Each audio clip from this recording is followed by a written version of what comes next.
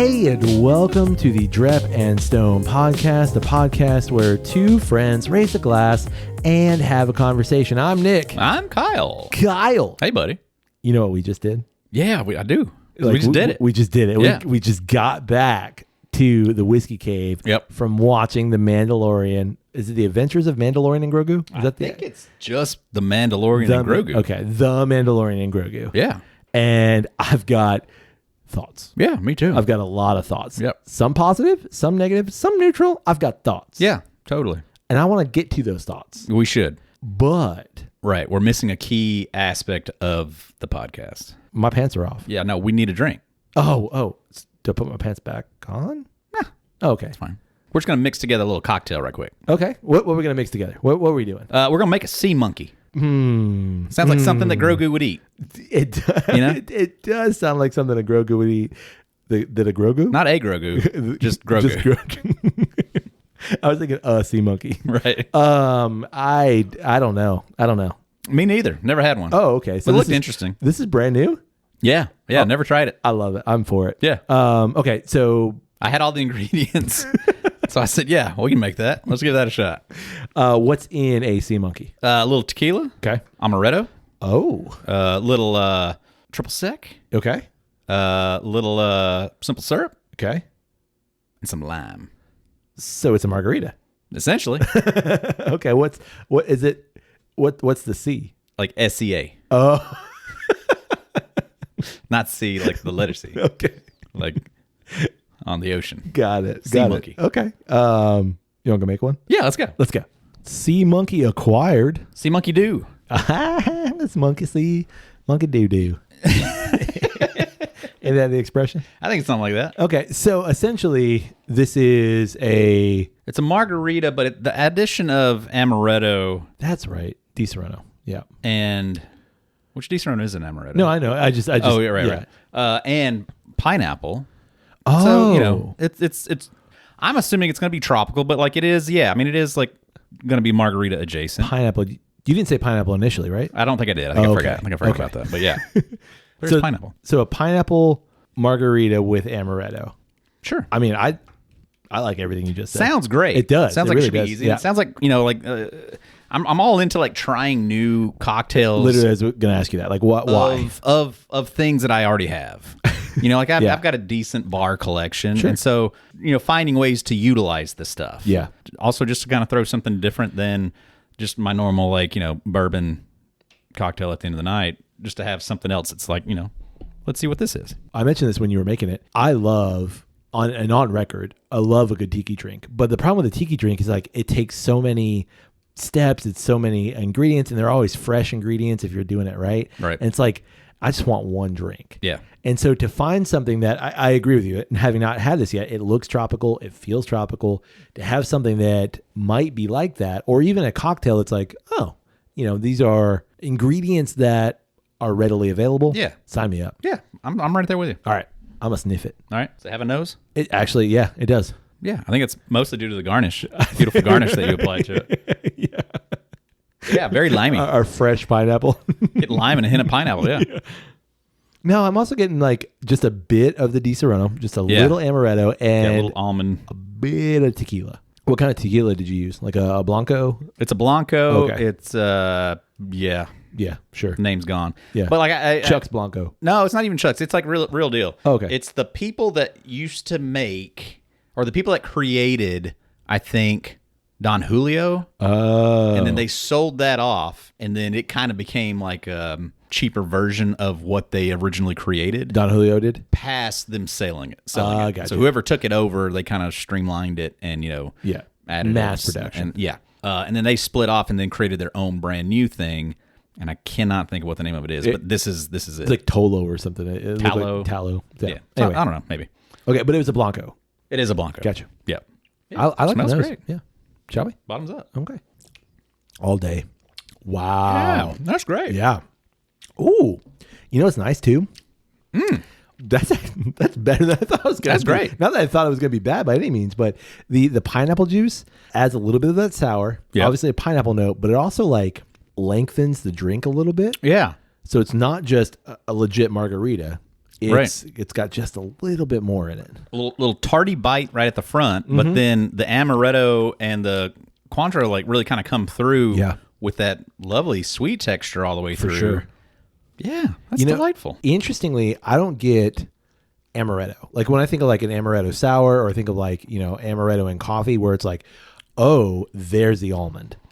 I don't get that at all. It blends so nicely with everything else going on that it's not like there's an almondy note. Sure. And I love almonds and I love amaretto, but I don't get it in that way. I do get an amaretto note. Do you? Just because it's a different sweetness. The Cointreau's there, but it's like and it could also be due to the fact that we used a dark simple syrup. Oh, sure. But there's like a different depth to the sweetness than just like a straight citrusy sweet. Yeah. I kind of identify it as like Di Serono. Yeah, just like a depth of the sweet. Yeah. Okay. Yeah. I brought a little salt with me just to see what that does, because like it's gonna make it better. I think it's gonna make it better. Not just in the margarita sense, but like in the sea sense. For sure. Yeah. You know what I mean? Like I feel like it makes sense. So I got a little bit of a flaky sea salt here. Is this kosher? Yeah. Why is it something you're concerned with right now? Not at all. Okay. I was just curious. Just a little bit, just sprinkle it on top. Yeah, I'm gonna throw my garnish in too. Okay. Oh. I'm bougie like that. Yeah, you are. Yeah, no, I think it's gonna improve. I'm gonna let mine sit. Good call. I think likewise. I'm gonna let it just rest. Just mingle. Cohabitat for a minute. Okay, so while we're doing that, you want to talk about Mandalorian and Grogu? Yeah, how about that movie? Oh boy. Okay, first of all, as we get started, are we spoiling things? Do we spoil things? Because this is coming out I feel like we never have, but like at the same time, I feel like it's. I say let's spoil it. Okay, this is coming out the week. Honestly, like the week after the film comes out. So like, dude, this is our second episode in like 3 months in which we covered a movie. A movie that we went and saw together. I know, Crazy. The weekend after it comes out. Listen, unprecedented. Insanity. Yeah. Okay. You turned to me at the very beginning of this. Yep. And you said, out of 10, wasn't going to be. Yeah. And I said, I think I first said a 7. Yeah. I think. Yeah. And then I was like, you know what? No, it's a 6. It's a 6. Yeah. And I just kind of like sat with that. You said it's going to be a 4. Yeah, I was expecting more of a 4. Yeah. To give some context, what for you would be a 10? I mean, in the Star Wars universe, like Empire Strikes Back is kind of looked at as the best of the best. Yeah. And so like that would be my 10. Is like is it Empire level? Yeah. And so and 1 being Christmas special? 1 I'd put that above Rise of Skywalker. I really kind of feel like Rise of Skywalker is unwatchable. Like it's bad. Yeah, I haven't seen it lately, but I believe you. Yeah, I mean, like I don't know that I've ever actually. No, I definitely did one time, but I think I did it by myself, like in a dark space, like curled up. Yeah, like I went to the theater to watch it, and then I think I watched it one time. I'm pretty sure we watched it together in theaters. Yeah, I think so. I know I've seen it since, but it doesn't stick out to me. Okay, so Empire terrible. Empire 10. Yeah. Rise of Skywalker 1. Yeah. Okay. And like I would put like Mandalorian season 1. Yeah. Oh, like 9. Yeah. 9.5. I was literally going to say that. Like great stuff. I can agree with you on Empire. I just started watching Mando season 1, and it is so good. Yeah, it is like so remarkably freaking good. Yeah, and I would say it's right there. Like it's at that 9.5, 10. Yeah, I'm with you. Yeah, of just great. One, like it's great Star Wars, but it's also just great on its own. It's just great storytelling. Exactly. It's great world building. It's great everything about it. Like it's got the tense moments and the action sequences are great. Everything about it is just so good. Rewatching it, and I have rewatched it since it came out. 2019, is that when it came out? The first season, I think it was 2019. 2019 or 2020. I mean, it was in that. I bet it was 2020 because I feel like it was in the lockdown craze. I feel like that's when season 1 came out. Yeah, or maybe like late 2019 into 2020, something like that. Anyway, my point is like watching it again, and I've seen it once since. But watching it again, I'm just struck by how much it trusts the viewer. And that's what I love about it. And what I mean by that is you don't have to explain everything. You just trust the viewer that like this is the Star Wars universe. You don't have to explain all these creatures. You don't have to explain all this backstory. Just is the Star Wars universe. Right. And it's a slightly hokey. It does have its like corny, bits corny and stuff like that, but it's not overdone. It's not overbaked. No, there's a little bit of humor to it. There's also, some cute factor, but there's what I'm going to call like almost a Scooby-Doo nature of like this episode. Each of these episodes it has the same formula, the same kind of skeleton, and there's just things that are shifted around, and it pushes the narrative forward. But like, you understand there's going to be some sort of quest. We're going to go do the quest is going to lead to something else. We're going to have to overcome this thing, and that might take a couple episodes, but there's a grander narrative, and then there's a segmented narrative, and that to me is what makes that perfect. And so going into this movie, I didn't necessarily think about it in terms of, does this hold up to that season 1? Because I feel like that's a super high bar. But also in some ways, this is a movie. Yeah. And so it's got to live up to something. Yeah. I mean, this is aiming to be a summer blockbuster Star Wars movie. Yeah. Yeah. Oh, the salt makes game changer. Tons better. It is better. I will say it makes it way more margarita. It does make it way Before, more, I don't necessarily think it was margarita. Agreed. But the salt does make it's a version of a margarita now. I think the salt also pushes the pineapple further. Yeah, it does make it prominent. Yeah, it pushes back the amaretto sweetness. Absolutely. Obviously. But yeah. I like both. Agreed. Yeah. Anyway, so now having seen it, and by the way, like, I was stoked for this. Like, one of the few movies. You were really stoked. Like, I mean, I texted you. I was like, you want to see this? Where we going? Because I want to go. Yeah. And we actually saw it Thursday, so it technically comes out Friday, but I don't know how that works. Well, they reached out to us and said, like, we'll give you all like an early screening. Oh, well, I wonder why we were the only ones in there. Like, we walked in. We were literally like pretty much it. Well, we walked in, and in fact, the girl working, like, she was surprised. She was surprised to see us. She's like, oh God, I got to get out of here. Yeah, she left, and so we sat down. There's a spotlight above us. Yeah, and the theater was quiet. Yeah. And then we realized wrong theater. All right, let's go over to the right one. Cool. Yeah. And then when we got in there was like 3 other people. Yeah.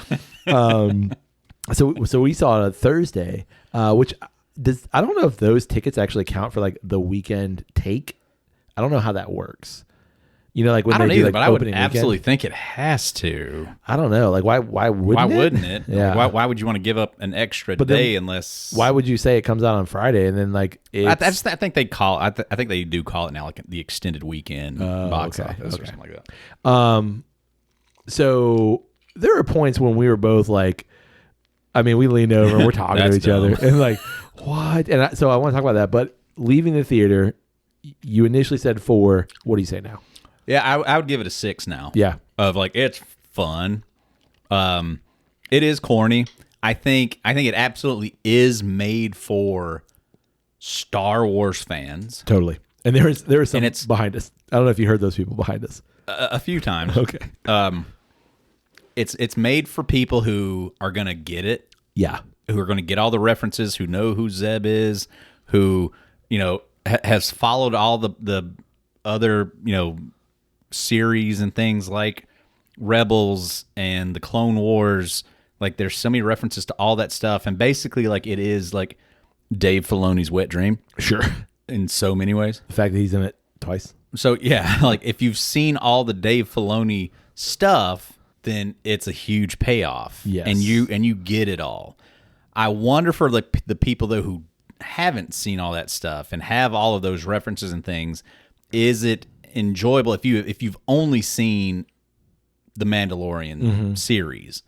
Because like, I think season 1's great. Season 2 was really good. Yes. Season 3 was disappointing. Yeah. So and then that was 3 years ago. Right.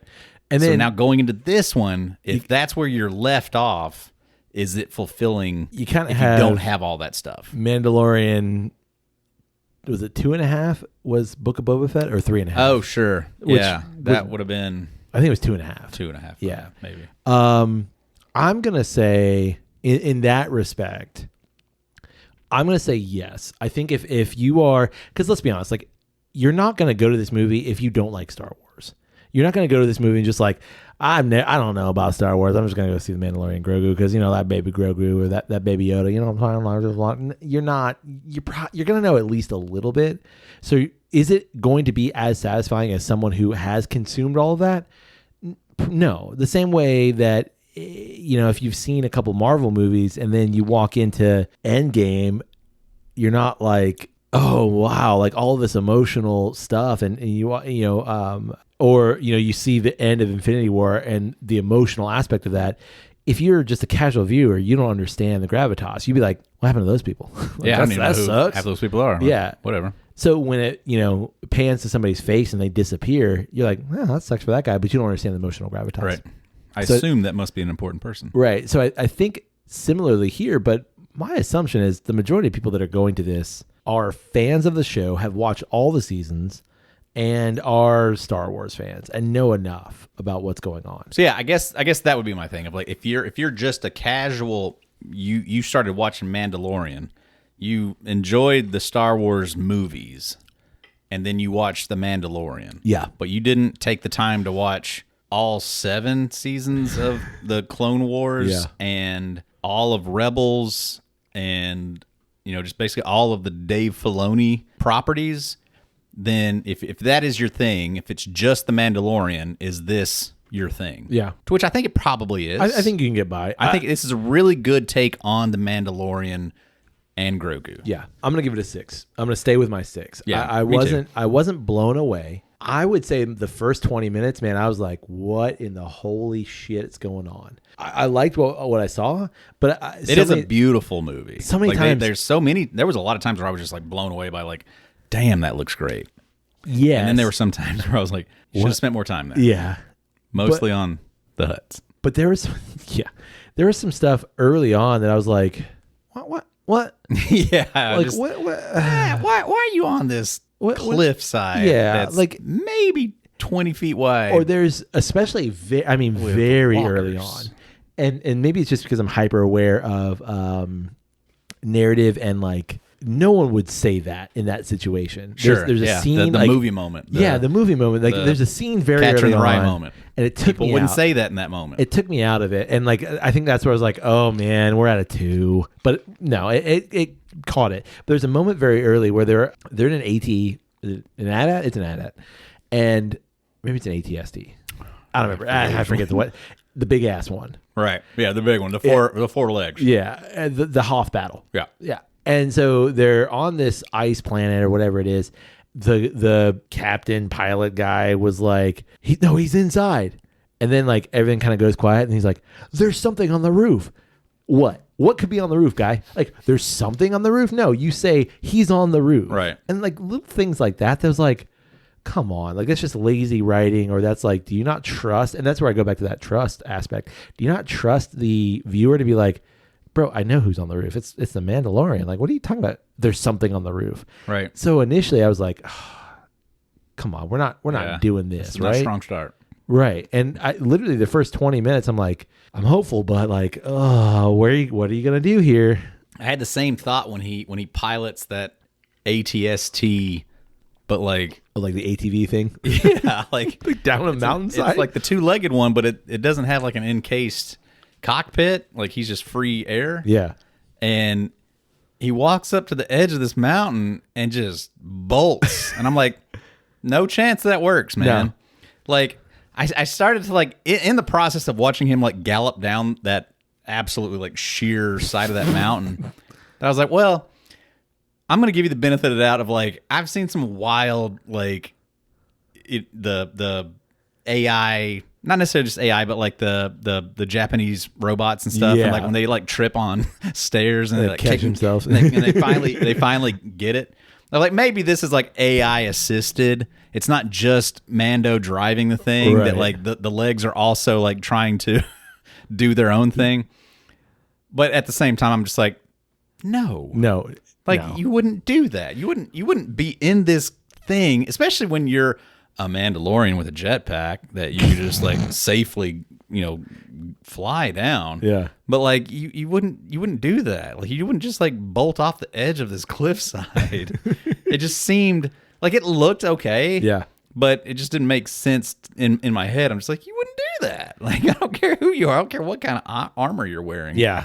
It was that. It was those two moments, literally those two moments. And then still within, I would say the first maybe a half hour, it was the music when they get to Shikari. And Shikari is this, is it a planet or a city? I don't really remember which. It's Chicago. And they get there. They have an elevated train. For like, sure. It's Chicago. 100% Chicago. Yeah.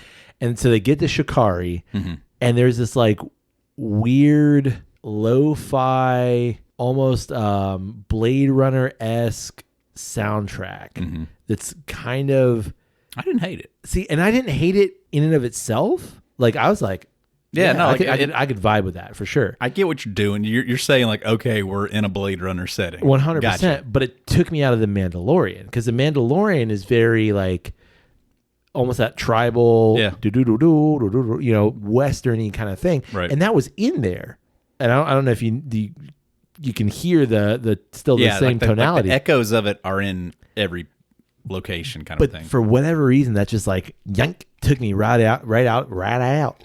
Took me right out of it. I was like, oh, come on, you guys. And that lasted for all three of those moments lasted for 20 seconds. And then I was like, boom, right back into it. Right. So I think it saved itself. Yeah. I mean, I agree. I felt that like it was a great Mandalorian adventure. But at the same time, like I was hoping for more. I was genuinely like, I was saying forward just because one, I haven't, like, season 3 let me down big time. I thought it was corny as hell. It's okay. And all the cool things that you created in seasons 1 and season 2, like, you just kind of got rid of them. Yeah. I felt like in season 3. It almost like went from indie to like pop culture. And because it went to pop culture, you're like... Well, it also felt like it went from an age range in the first 2 seasons of like young adult to that third season felt very... PG. Yes, agreed. Like it felt very... Yeah, because if you go back and watch kids. the first season, like it's not super violent by any means. It's Star Wars violent, but it's like... But yeah, I can take you in warm, I can take you in cold. Like, yeah. I'll kill you if I have to. Like I don't care. Yeah, like I mean, it's just got that undertone to it that keeps you like riveted. And then that third season, it just got really cheesy. Going into this and watching the trailers, like I'll be honest, like the trailers didn't blow me away. Like the scenes and things that they chose to show you in the trailers was nothing that was like, oh damn, like they're doing that. It was all just kind of like, it really comes from the first like little bit, like the first maybe 20 or so minutes, give or take. Like there's not many things that are throughout the film. But yeah, I wasn't as much as excited as I was for this. I wasn't like, whoa, that trailer made me more jacked. Correct. I was just excited for it because I love Mandalorian. And I think my concern going into it was also too that like I'm afraid that this is a season that they had developed. Yes. That they're going to compress down into a movie. And I think it absolutely was. I can tell you, like it felt that way. Yeah. And we were talking about that because we purposely, as we were leaving, we're like saying a few things to each other, but we're like, nah, we gotta go. We gotta go record. It felt very much like a season that was compressed, and it's like maybe 20 or 30 minute kind of episodes that it was clear like here we are, then here we are, then here we are. And yes, that is like the episodic, act 1, act 2 kind of structure that we follow regardless. For sure. But it did feel a little bit, I think I said to you, there's a scene where Mandalorian is poisoned by some like weird snake sea monster Dragon thing. Yeah. And that would be the episode in the season is like the throwaway episode where Grogu is like nursing him back to health. He meets some, random dude, random hick in the woods kind of thing. And like, that's the episode where you're like, yeah. And it made no sense. Like, and then the bad guy shows up. We don't even get context into what they say to one another. Not at all.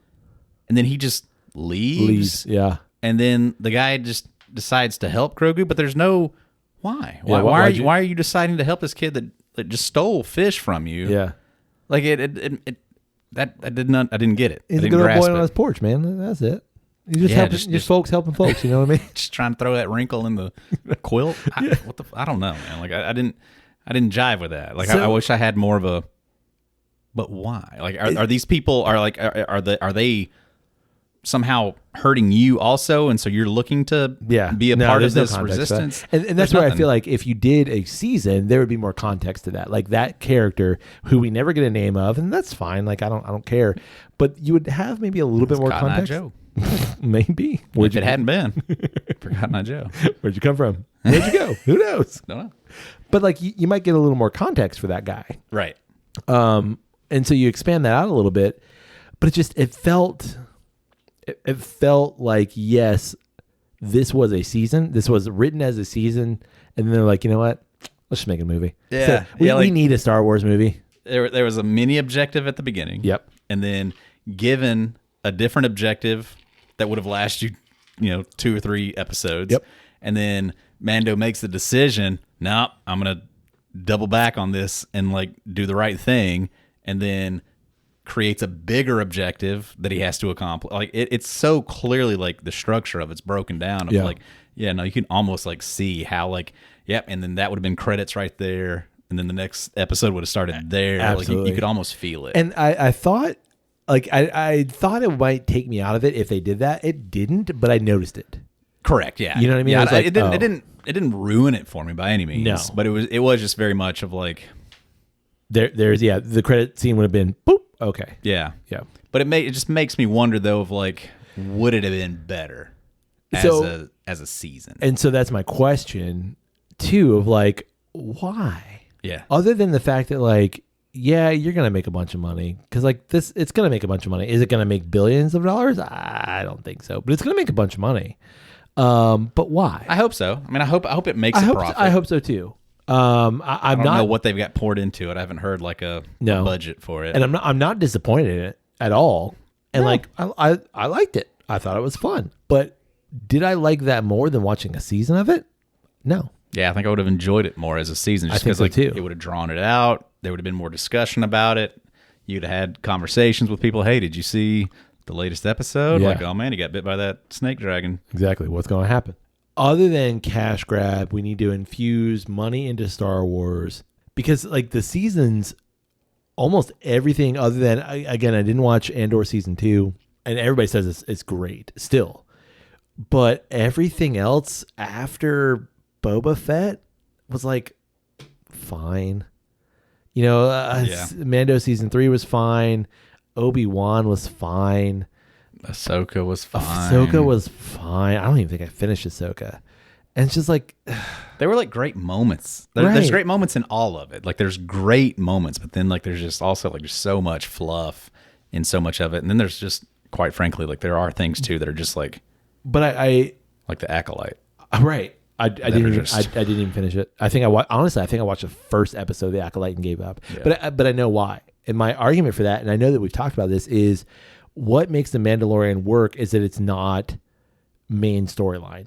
It's storyline adjacent. Yeah. There's there are places that like we're Tatooine for some, and we're moving back and forth and whatever.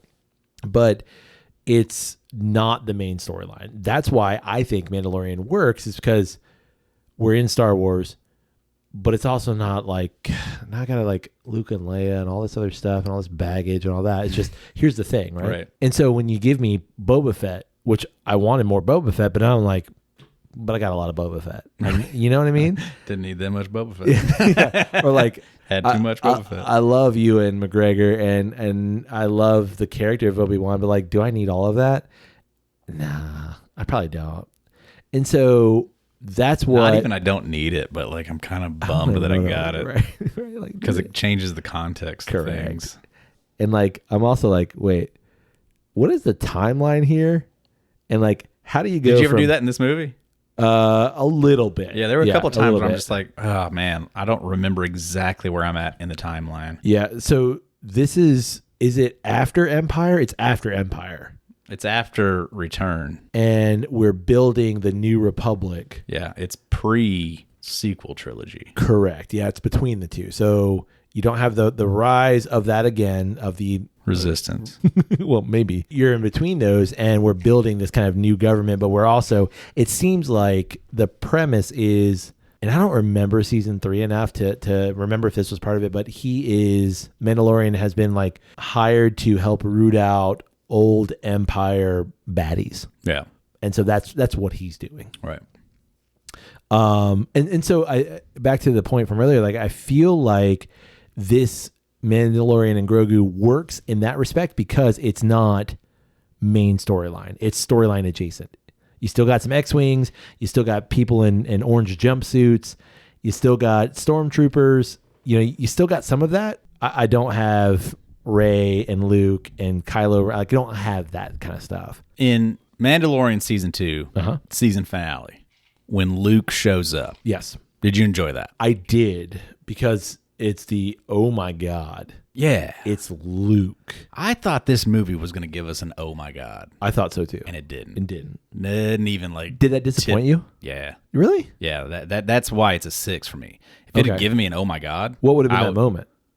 I don't know. But it would have been something like, to me, the fact that we are this far into Grogu's story and we have no clue, how are you connected to Yoda?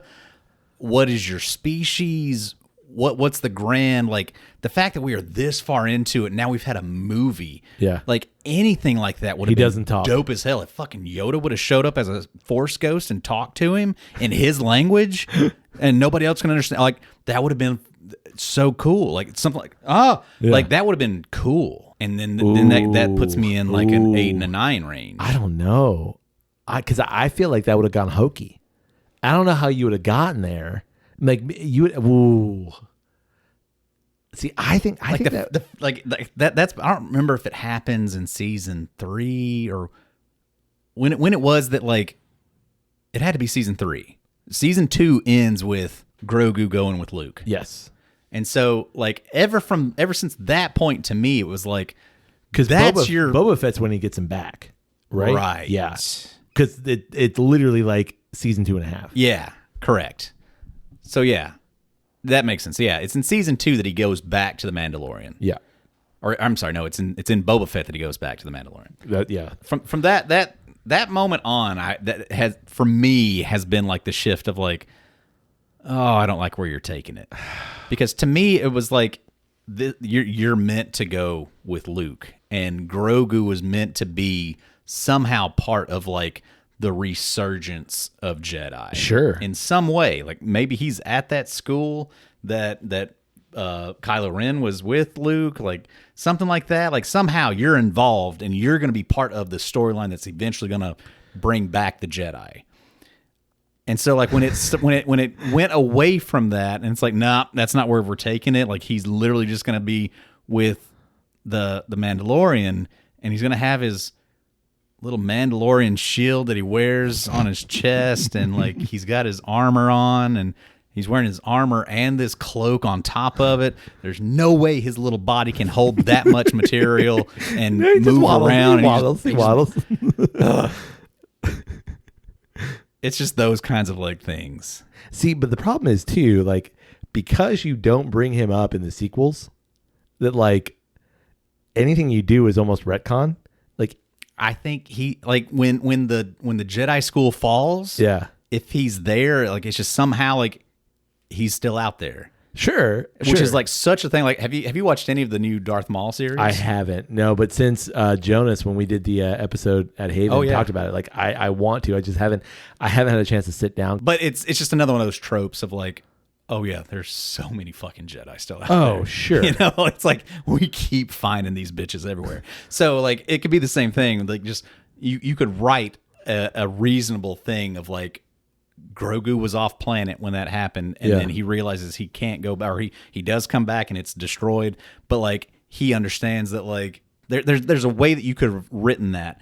And I've just always felt that like he was such a perfect way for us to get back into the Jedi post agreed the sequel trilogy. I agree completely, because what they put together there just isn't working. Yeah.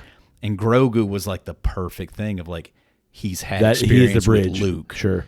He's had experience with Ahsoka. Like, there's so, like, he's the perfect way to bring this back. And maybe they are doing that. Yeah. And maybe they are. Yeah. And they just decided not to introduce any of that into this movie, which to me just seems like, why not? I see what you mean by like opportunity missed, but I also don't know. I don't know story wise like what you would have done, and maybe it's just because I can't see it, so I needed you to show that to me. It's possible for sure, but like I kind of like the standalone nature of it. You know, this, and I recognize like that kind of goes against what I said about the season-ish aspect, but I like that like this is its own thing. It almost feels to me like Rogue One. Like this is its own thing. Could you make obviously a couple of them? Well, I guess you can't for Rogue One. That doesn't work, but you can for this. But it feels a bit separate. I see what you're saying. My argument would be that Rogue One has such a monumental purpose to it. Oh, for sure. That this doesn't feel like it had. And I agree completely with that too. You know, I feel like for this to be the Mandalorian, this might be their only movie. Yes. And so for it to just be about them rescuing Jabba the Jacked Hut. Yeah. Cool. Like great adventure. Yeah. But there was just no revelations. There was no revelations in terms of like we didn't really get anywhere. Yeah. Or legend building or anything. It was just an adventure. We're no further. And that's why it's a 6. I mean, we've got a new Razor Crest. We've got, which I hate that too. I don't like that either. I gotta be honest. Like I hated it when they blew it up in the season. Yeah, like in the series. I couldn't remember, but like also he kind of like starts jacking with it as well. Like as soon as he gets it, he's like, yeah, it's too perfect. Yeah, we gotta rip that panel down and like yeah, like cut all of that crap that we don't need. Right. Which would have been obviously like an episode for sure. Brought those guys in, like for sure. And I love, I do love that they brought those guys back because they're the best part of Rise of Skywalker. Yes. And since that movie's unwatchable, you'll never know that they exist. Right. So it's great that they like had like a huge part of this movie. I can't remember the little guy, something Frick, like Boba Frick. Boba Frick, yeah. The whatever species that is, I don't know. The Tinkerer guys. Yeah, little mechanics. Yeah. And I just love the way they talk. Yeah, too. It's just so funny. They're great, yeah. Okay, yeah, I agree. I can see that. Do you think though, like it's going to be weird going back to a season? Because like, do you make another movie? Because it's going to take you 3 years to make another movie, or do you go back to a season? Like I saw somebody's take on the internet that was Mandalorian was the perfect. It's set up as like the perfect series. You've got like a big name attached to it, but he's just in voice only. Right. Like you're just having stunt people and a puppet do all of your work. So like and you're in this like Western outlaw ridden, thing where it's just everything is about beating a bad guy or going to get a thing and it's just built to be repeatable. Right. And be like a Gunsmoke type series that Correct. could run for like 600 episodes. Yeah. And I do kind of agree with that. I feel like that's just kind of like where just because that's how we were introduced to it and that's what we're used to.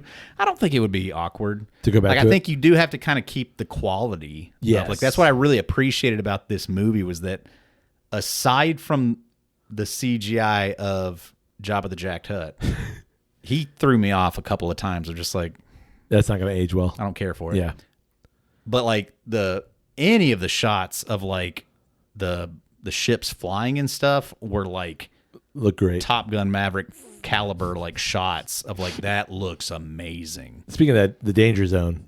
Yeah. Yeah. The montage at the beginning. Yeah. Yeah. Was great. Yeah, it really was. I the X-wings in the sunset. Yeah, I literally leaned over to you and I was like, Top Gun, right? We're headed to the danger zone. Yeah. We're on the highway. Let's talk about the Pedro Pascal of it all. Yeah. Okay, so here's something that also took me out of it. And this comes from rewatching almost the entirety of season 1. He fights very slow in season 1. Like it's very methodical. It's very like he gets his ass kicked a bunch. Mm-hmm. And not that he doesn't hear, because like he gets hit, he gets, thrown around. But there are scenes that are very like John Wick-esque. Yeah. And I'm like, nah. No, I liked it. Nah, that took me out, man. No, I liked I thought the fight scene, the first one with him and all the stormtroopers was great. I enjoyed that. I was like, because I liked all of that. None of that bothered me. It didn't bother me, but it took me out of it because I literally like, and I think it's because I've seen season 1 where he's slow. It's a little, like I said, it's a little more methodical. It's a little more like that first shot in episode 1 where he like dodges that bolt and shoots the guy. It's pretty badass and quick, man. It seemed a little spry for 50-something-year-old Pedro Pascal. Yeah.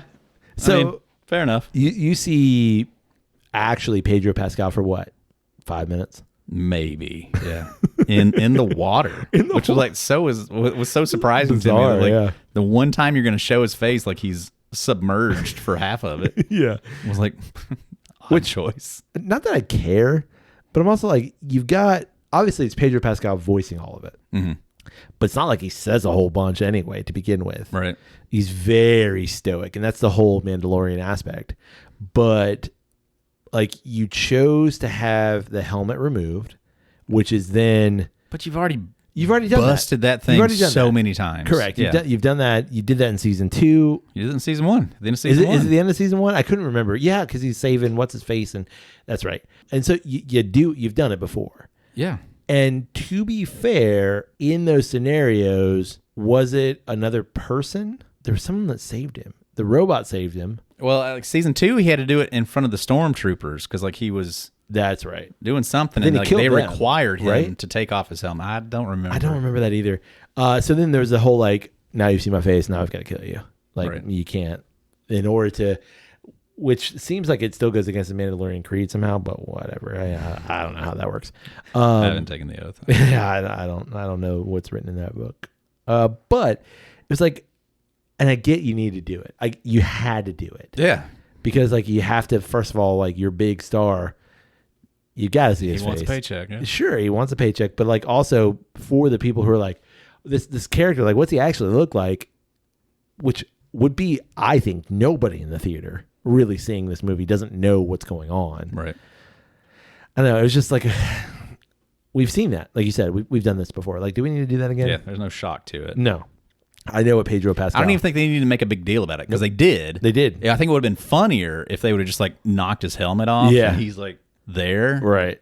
And then they didn't just keep even- going and yeah. don't address the fact of like Or all like- of it. Like, or like they keep this going. is an embarrassment to Right. you, and now you've been dishonored. Or they keep going. We're gonna and laugh then at you, He's suffer. like, and now you see my face, and now it's on, kind of thing. Like you could have done that, and I think that would have been better because like I rewatched the first season with Carol, and she's like, "What's he look like?" I was like, "He looks like Pedro Pascal." And she's like, "No." Exactly She's like, like "No, him. but like, what does the Mandalorian look like under the helmet?" I'm like, no makeup. It's just him. Pedro Pascal. And she's like, "Yeah, but what does he look like?" I'm like, "I don't understand what you're saying." Yeah. Like, I've You're not literally told listening. you it's Pedro Pascal.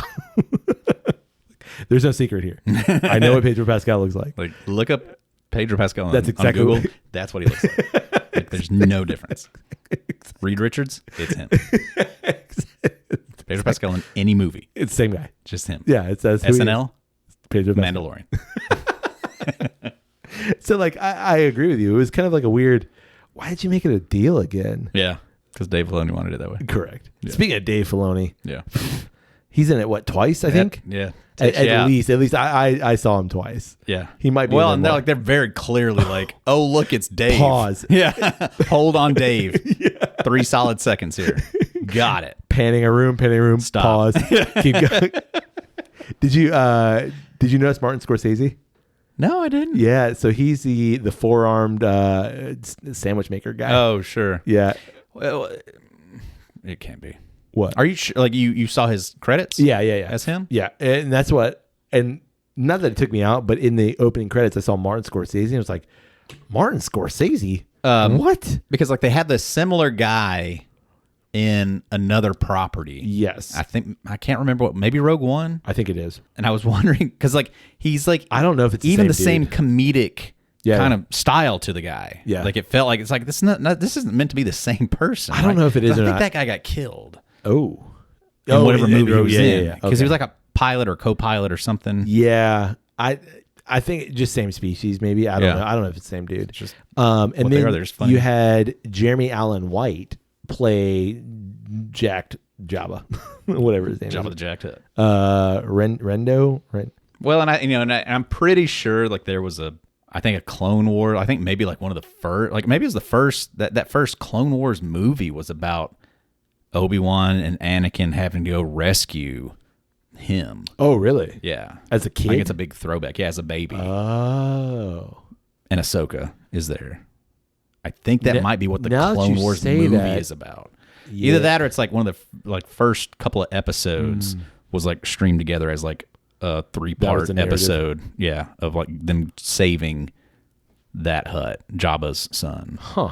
So another big throwback. Sure. Yeah. And again, that's what I mean. Like it's like the Dave Filoni. Like, all right, dude, I got here you. it is. We're giving you a movie. Yeah. You mentioned the chess game on the Millennium Falcon in episode 1. No, A New Hope. Yep. I loved that. There's a scene where is his name Rento or something like that. It's close to that. But he's in this like Hulk-esque kind of gladiator thing where he's fighting all these other beings, and it looks very similar to the chess match in A New Hope. Yeah. Same creatures Yeah. are in there. And then like the platform that they're standing on is broken down in the same way as the chess. It was cool. Yeah, it was a neat little wink and a nod. Yeah, I like that. I thought that was pretty cool. Now I am looking at what his name is. I think it's Rento. Rhoda. Same thing. God, I didn't even ROTA. ROTTA. Of course, Did not pick that as Jeremy White Allen. because there's like a lot of voice modulation stuff. Yeah. Because like he does not sound like Well, him. and it didn't sound like you liked the Hut speaking English dude. aspect. No, I did not. As soon as they switched over to English, you were like, Yeah. Was I that loud? Really? Yeah. Yeah. Okay. I did not like that. Yeah. Because they don't. It makes sense. You can't have like a main character doing it for the entire movie. Yeah, you can. I mean, you could, He's a obviously, Hut. but Nah. at the same time, like, Huts don't speak But English. this is for kids. Like, Sure. it's a main thing. Like, No, I'm get okay that. with Rhoda speaking English, weirdly, but like the twins. twin Huts, Twin. it felt weird. Like Huts speak Hutties or whatever they speak. Hutties, yeah. Is it Hutties? Yeah, I think so. Okay, and like I don't need your English. Yeah. Give me, whatever that is. Yeah, right. And it took me out of it. I didn't realize I was that loud. Yeah. I think it was jarring because like he's speaking Huttese and then he switches to English. Like, nope. Yeah. Yeah. I don't know. I mean, like, going back to it, I just feel like when Luke showed up in season 2, that was such a huge thing that I really would have thought as this being Give me something. the culmination of the Mandalorian series, which granted, they may go back now and like do more seasons. Sure. But I really thought there was going to be something in this that was going to point us in a direction of like just a little carrot of like, here's something we might pick up later on.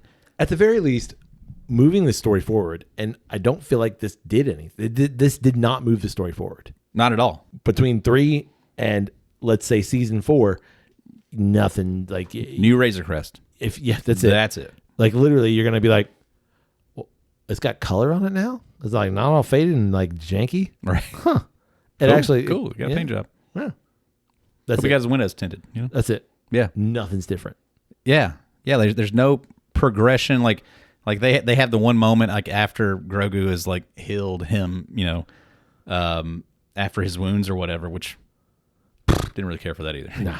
I mean, that was like, I guess Ray kind of did the same thing. That's like Deus Ex Machina, kind of like, yeah, you're dying, but like, I got you. Bleep. Done. That or, like, stop showing me new things that you can do. Right. Why haven't you done that before? Correct.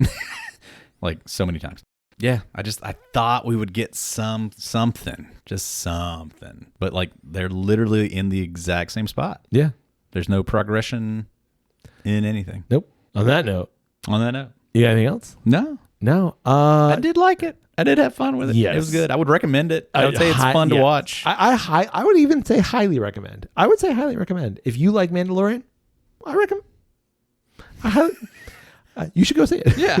No, I agree with you. I recommend it. I think it was a great time, and I'm not sad by it at all. It's fun. I liked the locations. Yeah, I might see it It's with a good. plate of chicken tenders. You know what I'm saying? For sure. We got days to kill out there on the Mediterranean. Yeah. And you know what I also loved? What's that? I love the sea monkey because this thing Yeah. was really That's good. good sea monkey. That was a great little cocktail. Yeah, There. easy peasy. Yeah. Just stuff that you probably got. Well, we'd love to know, what do you think about the Mandalorian and Grogu? And what do you think about sea monkeys? You ever had a sea monkey? Like you ever? I think you we ever- have. Yeah. Yeah, I think the kids had like a little little brine shrimp or whatever they are. Yeah. had some I at never some point. did. I never understood it. But I like this sea Weird. monkey. But yeah, no, this one's great. Yeah. This one's great. I'd recommend it. For sure. Highly recommend it. Highly recommend? Highly. Wow. Like I'd recommend it up here. Yeah. Not lowly recommend. No. Yeah, I get you.